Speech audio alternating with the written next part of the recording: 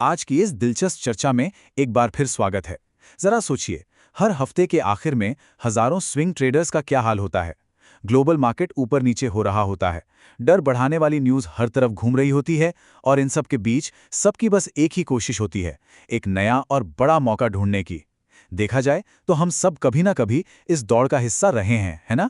लेकिन इस पूरे शोर शराबे में एक बहुत ही बुनियादी सच्चाई कहीं छिप जाती है, जिसे पकड़ना बेहद जरूरी है।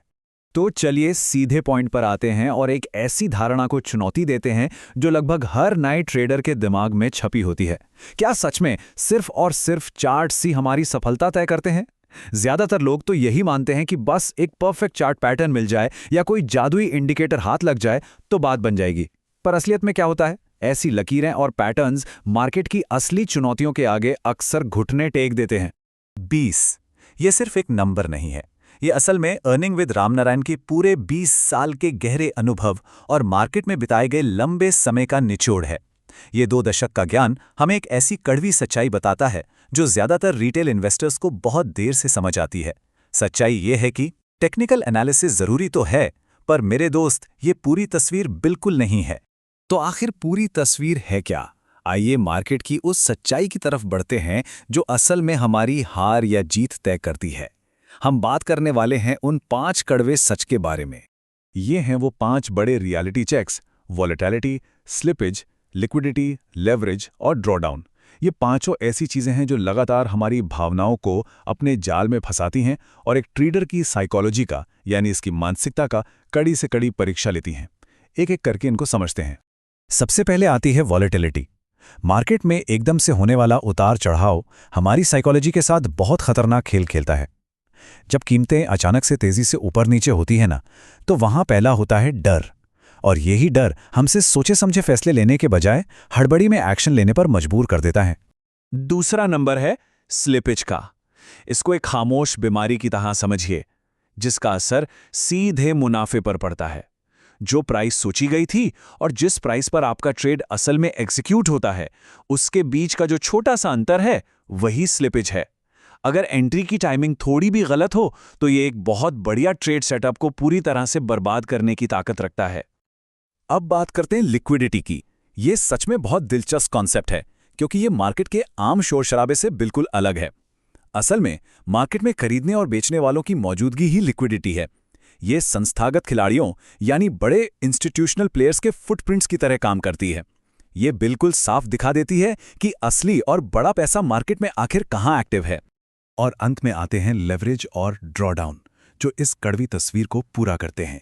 देखिए, लेवरेज सिर्फ आपका प्रॉफिट नहीं बढ़ाता, ये आपके रिस्क और आपकी गलतियों को भी कई गुना बढ़ा कर देता है। और उस पर से जब लगातार नुकसान होता है, जिसे हम ड्रॉडाउन कहते हैं, तो उस वक्त एक ट्रेडर की मानसिक मजबूती का सबसे कठिन इम्तिहान होता है।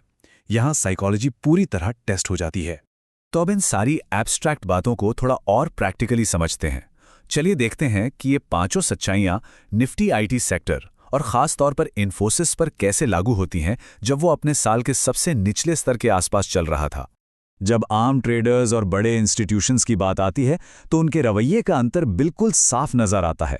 जब इन्फोसिस में उतार चढ़ाव हो रहा था तो आम निवेशक डर और लालच में आकर रिएक्ट कर रहे थे और कुछ वक्त के लिए बनने वाली हरी कैंडल्स के पीछे भाग रहे थे। पर ठीक उसी वक्त बड़े संस्थान क्या कर रहे थे? वो बहुत शांति से सालाना डिमांड जोन्स पर अपना हिस्सा बढ़ा रहे थे और हाई प्रोबेबिलिटी जोन्स का इंतजार कर रहे थे। यहां से हमें जो सबसे बड़ा सबक मिलता है वो ये है कि असली कामयाबी और बड़े मौके हमें तब मिलते हैं जब हम उन मुख्य क्षेत्रों को पहचानते हैं जहां स्मार्ट मनी काम कर रहा है। बिना सोचे समझे थोड़ी देर के लिए प्राइस बढ़ने पर आंख बंद करके कूद जाना समझदारी नहीं है। जहां बड़े संस्थान पैसा लगाना शुरू करते हैं, असली गेम और असली अपॉर्चुनिटी वहीं से शुरू होती है। और यही चीज हमें अगले सबसे खास पॉइंट पर ले आती है, जो कि है सप्लाई और डिमांड। ट्रेडिंग की वो बुनियाद जिसने उन 20 सालों से मार्केट में टिके रहने की ताकत दी है। एक प्रोफेशनल ट्रेडर मार्केट में सुरक्षित चलने के लिए बिल्कुल एक स्टेप बाय स्टेप तरीके को फॉलो करता है। सबसे पहला और सबसे बड़ा नियम अपनी पूंजी यानी कैपिटल को बचाना। उसके बाद पूरे धैर्य के साथ हाई प्रोबेबिलिटी वाले एरियाज का इंतजार करना, और जब वक्त आए तो किसी जोश या हड़बड़ी में नहीं बल्कि पूरे अनुशासन और डिसिप्लिन के साथ अपना कदम आगे बढ़ाना। धैर्य भी एक पोजीशन है। ये एक ऐसी लाइन है जो हम सबको हमेशा याद रखनी चाहिए। मार्केट में ट्रेड ना लेना और सही मौके का सिर्फ वेट करना अपने आप में एक बहुत शक्तिशाली और एक्टिव स्ट्रैटेजी होती है। हर वक्त ट्रेड में बने रहना जरूरी नहीं होता, कभी कभी सिर्फ इंतजार करना ही सबसे बड़ा और मुनाफे वाला फैसला होता है। तो अब आते हैं अपने आखिरी और सबसे खास साइकोलॉजिकल लेसन पर। मार्केट का तो काम ही है पैनिक और डर पैदा करना, पर अनुभव आपको पूरी तरह से शांत रहना और प्रैक्टिकली सोचना सिखाता है। अगर हम दो स्थितियों को देखें तो एक बड़ा अंतर साफ नजर आता है।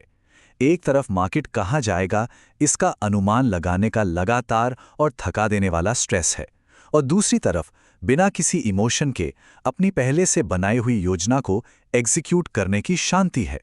लॉन्ग टर्म में शांति से और सिस्टम के हिसाब से लिया गया एक्शन हमेशा इन इमोशनल अनुमानों को मात देता है। इस पूरी चर्चा को अगर मैं एक लाइन में समेटूं तो बात बस इतनी सी है कि मार्केट की भविष्यवाणी करना या अगला कदम गेस करना पूरी तरह से एक सेकेंडरी चीज है।